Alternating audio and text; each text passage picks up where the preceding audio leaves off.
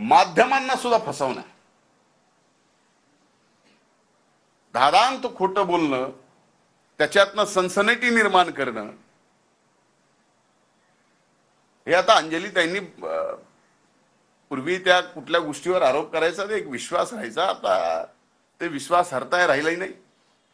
म्हणजे या अशा पद्धतीनं एखाद्याला टार्गेट करणं मी पुढे सांगेलच. याचप्रमाणे फवारणी पंपाच्या किमतीमध्ये सुद्धा त्यांनी बोलल्या की राज्यामध्ये काही राज्यात फरक आढळून आला. त्यामध्ये काही कंपन्या 6 महिन्याची वॉरंटी देतात तर काही कंपन्या 1 वर्षाची गॅरंटी देतात. अधिक टिकाऊ जास्त वॉरंटी असलेला स्पेसिफिकेशन प्राप्त असलेले स्प्रे पंप खरेदी करण्यात आलेले. आता अधिक टिकाऊ आणि 6 महिन्याच्या ऐवजी 1 वर्षाची गॅरंटी देणारा आणि त्यातही किमतीने इतर सर्व राज्यापेक्षा कमी किमतीत म्हणजे 2857 रुपयात हा पंप शासनाला पडलेला. तसं पाहिलं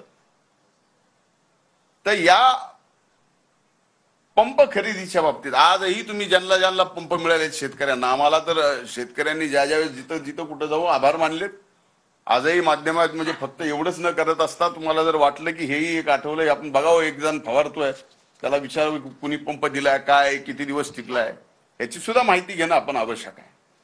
म्हणून